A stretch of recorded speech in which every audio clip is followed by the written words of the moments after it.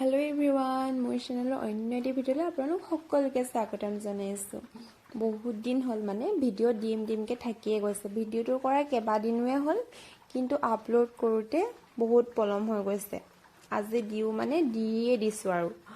এইফালে আজি আমি আহিছোঁ ঢেকিয়াখোৱা বৰ নামঘৰলৈ বুলি। ব্যস্ততাপূৰ্ণৰে ভৰা এটা দিন, ঘৰৰ কাম বনবিলাক খৰধৰকৈ কৰি মেলি আহিছোঁ আৰু নামঘৰলৈ বুলি।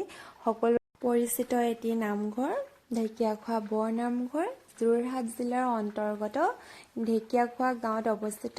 এয়াই হৈছে ঢেকিয়াখোৱা বৰ নামঘৰ। এইফালে অকণমান আপোনালোকক বৰ নামঘৰৰ বাহিৰৰ পৰিৱেশটো দেখাবলৈ চেষ্টা কৰিছোঁ।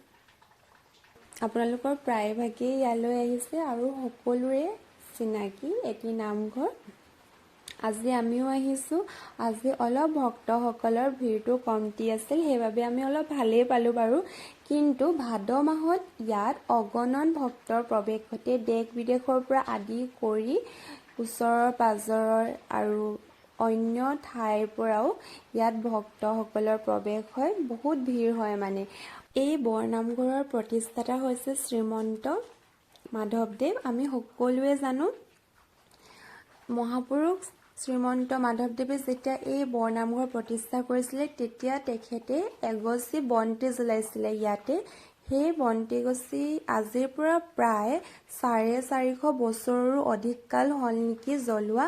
সেই বন্তি গছ আজিলৈকে জ্বলি আছে। কিন্তু আমাৰ ধৰ্মপ্ৰাণ ৰাইজে এতিয়াও বন্তি গছ জ্বলাই ৰাখিছে আৰু এই বন্তি গছে এছিয়া বুক অফ ৰেকৰ্ড আৰু ইণ্ডিয়া বুক অফ ৰেকৰ্ডত সুদীৰ্ঘতম জ্বলি থকা বন্তি বুলি স্বীকৃতি পাবলৈ সক্ষম হৈছে। আমাৰ কাৰণে কিমান আনন্দৰ এটি কথা হয়নে?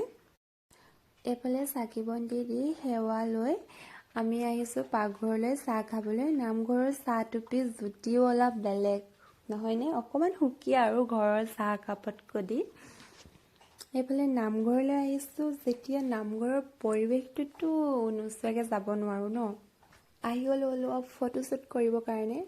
এইফালে নামঘৰৰ কামো চলি আছে। আহিছোঁ যেতিয়া সকলোবিলাক চাই যাওঁ। এয়া বৰপুখুৰীৰ পাৰৰ ওচৰলৈ আমি আহি কিনে অলপ ফটো মাৰিছোঁ, চাইছোঁ। আৰু এখন পাৰ্ক এখন নতুনকৈ দেখিছোঁ দেই, আগতে নাই দেখা। আগতে এবাৰমান আহিছোঁ যদিও এইফালে লক্ষ্য কৰা নাই মানে। আজি প্ৰথম আহিছোঁ, ভাল লাগিলে চাই কিনে। ইমান ধুনীয়াকৈ তেওঁলোকে সজাই পৰাই ৰাখিছে আৰু ফুল চুল লগাব চাগে। এইফালে কাম চলি আছে যিহেতু, আৰু ইমান ধুনীয়াকৈ বতাহ মাৰি চলিছিলে, মোৰ চুলি তুলি আউলি বাউলি হৈ গৈছে। আৰু